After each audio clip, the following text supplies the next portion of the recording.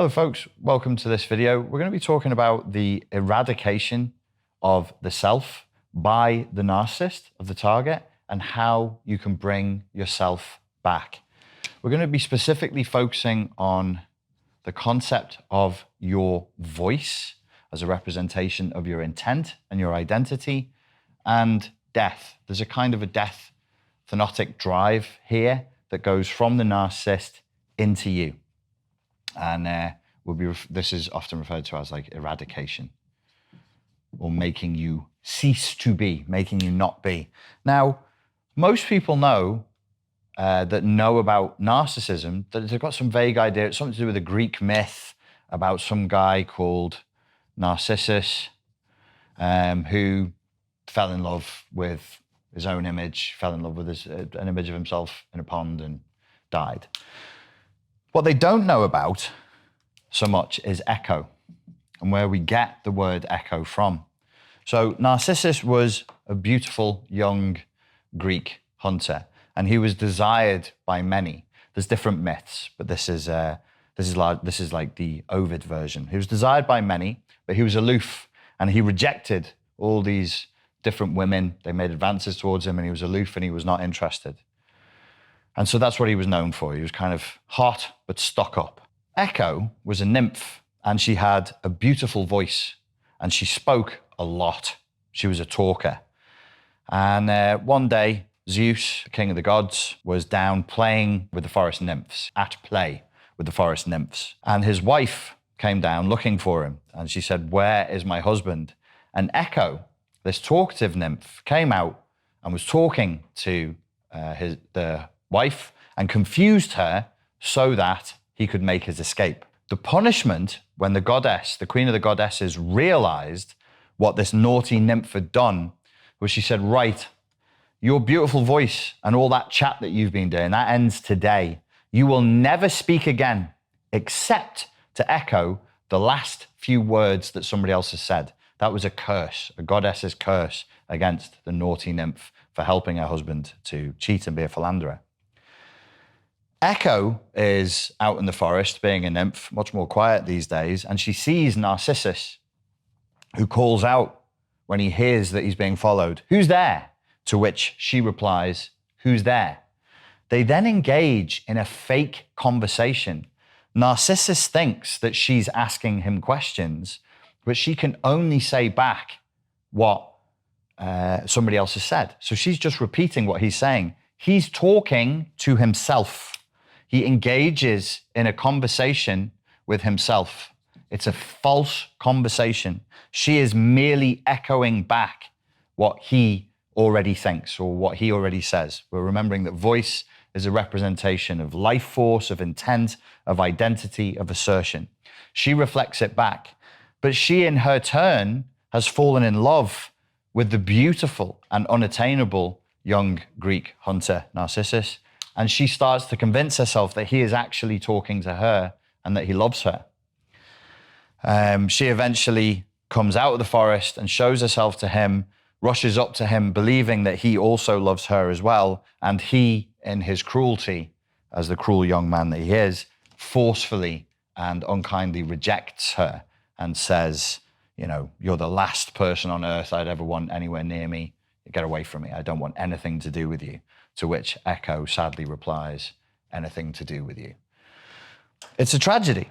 The Greeks are good at this. Narcissus, as you know, then sees himself in a pool and says, "Who is that handsome fellow?" And then cannot take his gaze away from the beautiful man that he sees there. Wants to possess that man and remains stuck. And there's different versions of the myth where he turns to stone or he dies there, but he always changes into the Narcissus flower. He becomes a beautiful flower when he's died. In different versions of the story, Echo withers away and dies as well.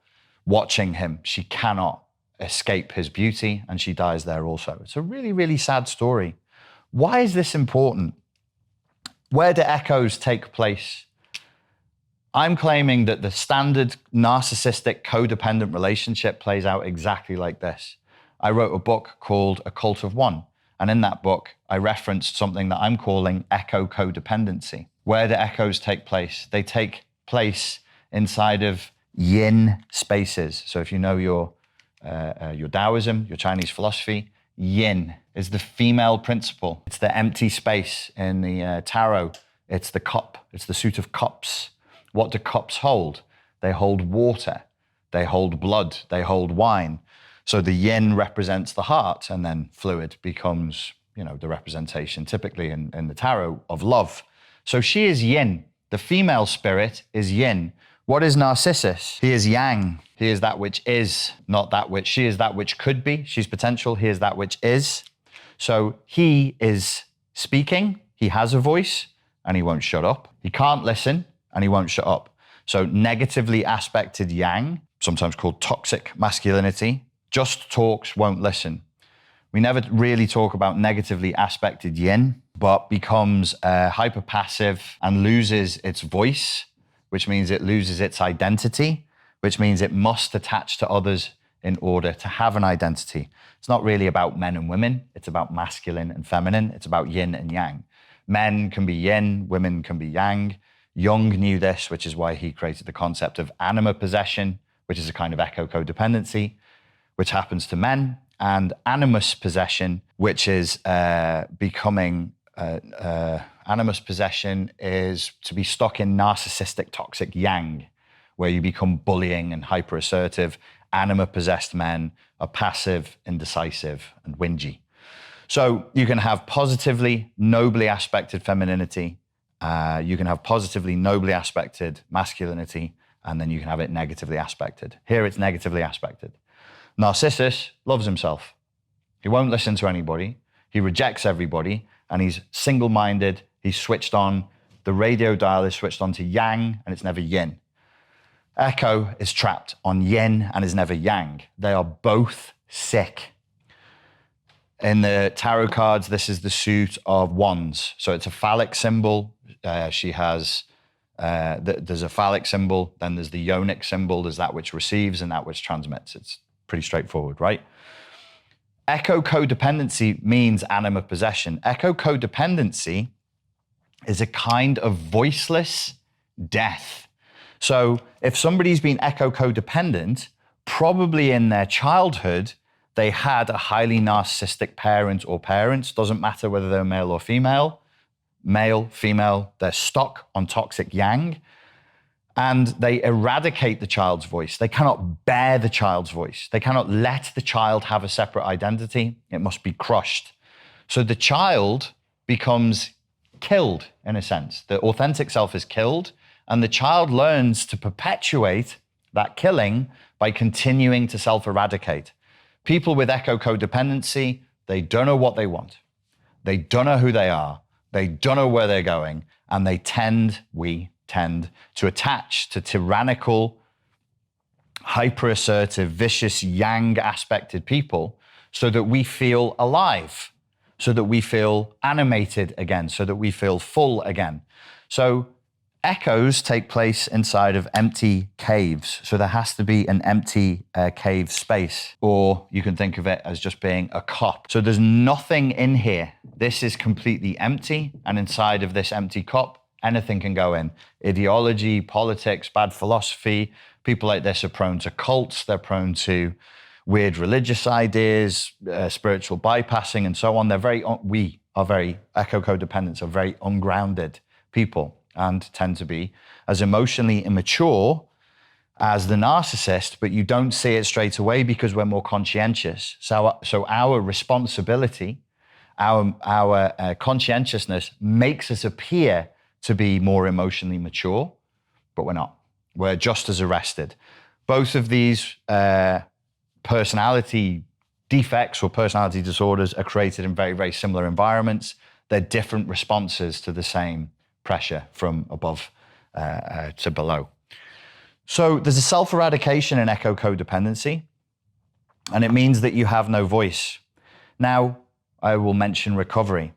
What Sam Vaknin has said is coming out of the narcissistically abusive relationship where there has been dual mothership, which I have another video on this, and Sam has several videos on it. You just do a search on YouTube for dual mothership Sam Vaknin, and you'll see his videos and explanations there. You'll see videos of me interviewing him about it there.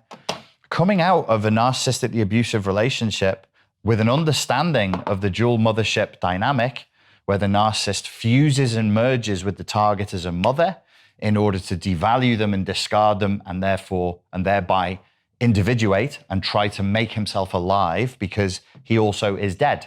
She also is dead. This is still a self-eradication because there's no authentic self there. Instead of being stuck on yang or stuck on yin, we should be dynamically here all the time. Whenever you think of a yin-yang symbol, remember that that symbol is to be thought of as moving.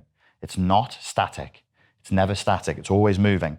In Chinese philosophy, that kind of stillness, stiltedness, and stuckness is death.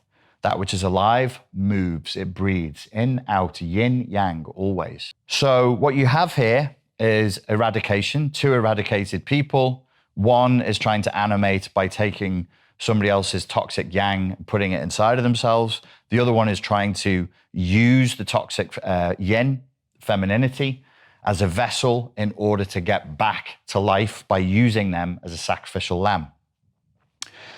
What Sam has said is when we come out of the relationship, this issue of the voice, echoes disappeared voice,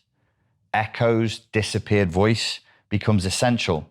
What he said is, in the first period of the relationship, when it's over, when you come out of it, anything that is active, the active internal voice is the voice of the narcissist.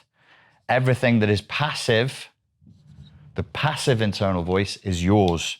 So if there is an active voice running inside of your head right after you've come out of the dual mothership, narcissistically abusive relationship, you can assume that that's theirs. This is horrifying. This is really dangerous. So every decision you make, you split up with them yesterday, you go, I'm free. It's the narcissist who says I'm free. I will go to therapy now. It's the narcissist who goes to therapy. I went to therapy and I told them this. It's the narcissist who went to therapy and told them this. That's the extent of the colonization. Your voice is switched off. They killed it. They killed your voice, identity, will, intent. You're voiceless. It was eradicated. You have to overcome the actively running voice, like an inner critic that's saying whatever it's saying to you, making decisions for you, and you have to find the voice that was switched off. This is not an easy thing to do. If you want help in finding the voice that has become switched off, I have a course that helps you to do that. It's called Unplugged from the Matrix of Narcissistic Abuse. It's available to get now. It's not just a course, there's also a community where we have moderators there who can coach you, who can help you and guide you, understand the course and the theory behind the course inside out. I will say this, the course is not easy. It's a long course. You should be prepared to be doing a few hours of work every week for about 4 months before you're going to start to see real progress. That's just the nature of the damage that's done. If that voice internally has been eradicated, bringing yourself back online, bringing your intent, your will, your identity back online, it takes a little bit of time. Within that course, everything is step by step. There's no part of the course where you won't be guided in what to do. There's manuals that take you through every step that you're supposed to do. You're told week by week and day by day for every day of the 4 months what we expect you to do. There's written exercises, there's audio hypnosis, there's video tutorials and everything to show you how to hopefully bring you back here.